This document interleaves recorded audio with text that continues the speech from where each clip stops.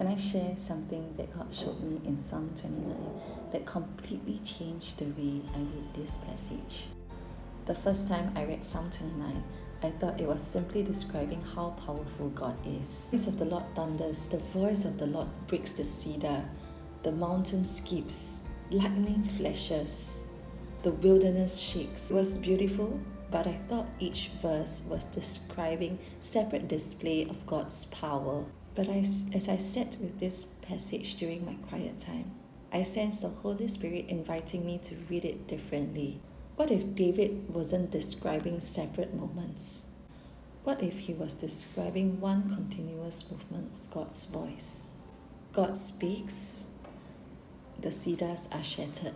His voice continues, the mountains begin to move. His voice continues, the lightning flashes. His voice continues, the wilderness shake.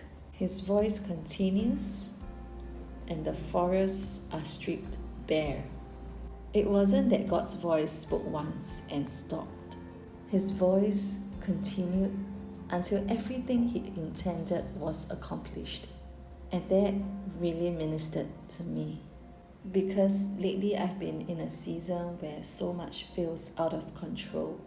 There are new territories God is leading me into. There are prayers I have yet have answers to. Things I wish that I can fix or make it happen by myself.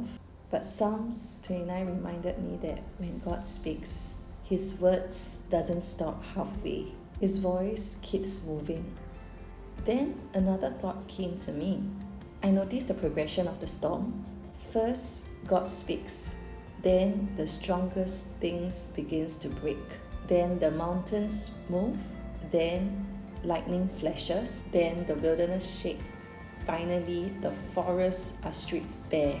And I wondered if this is how God works in our own lives too. First, He gets our attention. Then He shakes the things we've placed our confidence in. Then He shines His light on areas that we've never seen before. Then He strips away what doesn't belong. Not because He wants to hurt us, but because He loves us too much to leave us hidden behind things that were never meant to define us. And then I read the very next verse. And in His temple, everyone cries, "Glory." That's when it hits me. After everything has been shaken, after everything has been exposed, after everything that is unnecessary is stripped away, the only thing left to see is the glory of God. I don't know what season you're walking through today. Maybe your life feels like it's being shaken. Maybe God is exposing things that are uncomfortable. Maybe He's removing things that you thought would always be there. Can I encourage you with this? Maybe He is not abandoning you. Maybe His voice is still moving. Because God's voice doesn't stop after the first clap of thunder. It continues until His purpose is fulfilled. And if there's one thing that Psalms 29 is reminding me in this season, it's this. Don't focus on the cedars. Don't focus on the mountains. Don't focus on the shaking. Fix your eyes on the voice. Because the same voice that shakes creation is also the same voice that brings peace. That's why David ends the psalm by saying that the Lord gives His people strength.